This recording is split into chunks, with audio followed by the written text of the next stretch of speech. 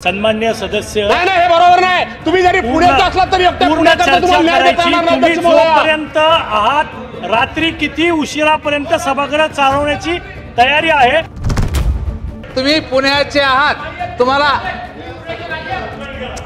बस करायला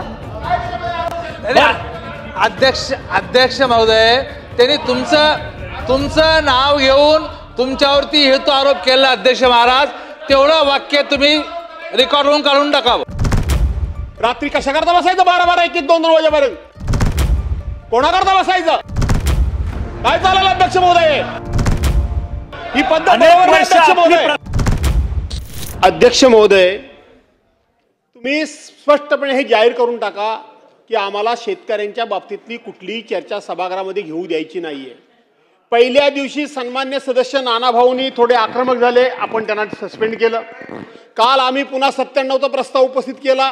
काल माननीय अध्यक्ष महोदयांनी सांगितलं की आम्ही ताबडतोब या ठिकाणी उद्या चर्चेला प्राधान्याने देऊ। काय चाललंय काय? दुसरी लक्षवेधी 2.5 तास झाले, 2 लक्षवेधी चालू आहेत।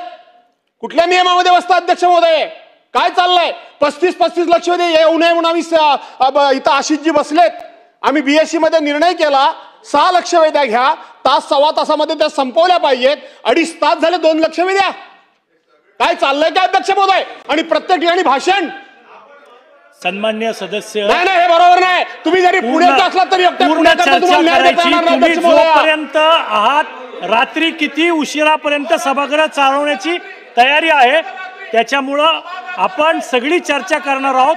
शेतकऱ्यांच्या प्रश्नावरती सरकार संवेदनशील आहे, त्यामुळे आपण काळजी करू नये। पूर्ण चर्चा होईल, सर्वांना संधी दिली जाईल। तुम्ही अजिबात त्याच्यात काळजी करू नये। सरकार चर्चा करायच्यासाठी ऐका जरा, सभागृहाचा वेळ 1 मिनिट सुद्धा वाया जात नाहीये। नियमाप्रमाणे सकाळी 11 वाजता सभागृह सुरू झालं तर 5 वाजता बंद केलं पाहिजे। रात्री कशा करता बसायचं 12-12 1-2 वाजेपर्यंत? कोणाकरता बसायचं? काय चाललं अध्यक्ष महोदय? ही पद्धत बरोबर नाही अध्यक्ष महोदय। प्रथा आणि परंपरा आहे। अनेक वेळा मी सुद्धा आमदार म्हणून रात्री 12 वाजता भाषण केलंय। जाधव साहेब रात्री 12 वाजता भाषण केली आहेत सदस्यांनी। त्यामुळे आपण सभागृहाचं खोतकर साहेब बोला। सन्माननीय भास्कररावजी जाधव, एक मिनिट सन्माननीय भास्करराव जाधव हे सिनियर सदस्य या सभागृहाचे अध्यक्ष महाराज। त्यांच्या भावना काय आहेत त्यांनी त्या व्यक्त केल्या पाहिजेत अध्यक्ष महोदय। पण अध्यक्ष महोदयावरती अशा प्रकारचा हेतू आरोप त्यांना करता येणार नाही अध्यक्ष महाराज।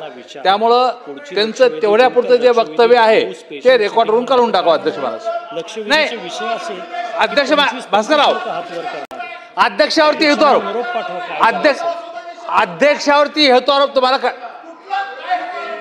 तुम्ही पुण्याचे आहात, तुम्हाला बस करायला अध्यक्ष महोदय, त्यांनी तुमचं नाव घेऊन तुमच्यावरती हेतू आरोप केला। अध्यक्ष महाराज, तेवढं वाक्य तुम्ही रेकॉर्ड होऊन काढून टाकावं। आपण तपासून घेऊ आणि त्याच्यावर योग्य ती कारवाई करू। कशाला खोतकर साहेब आपण सांगताय ते तपासून घेऊन त्याच्यावर योग्य ती कारवाई केली जाईल। योगेशजी आपण सुरू करा।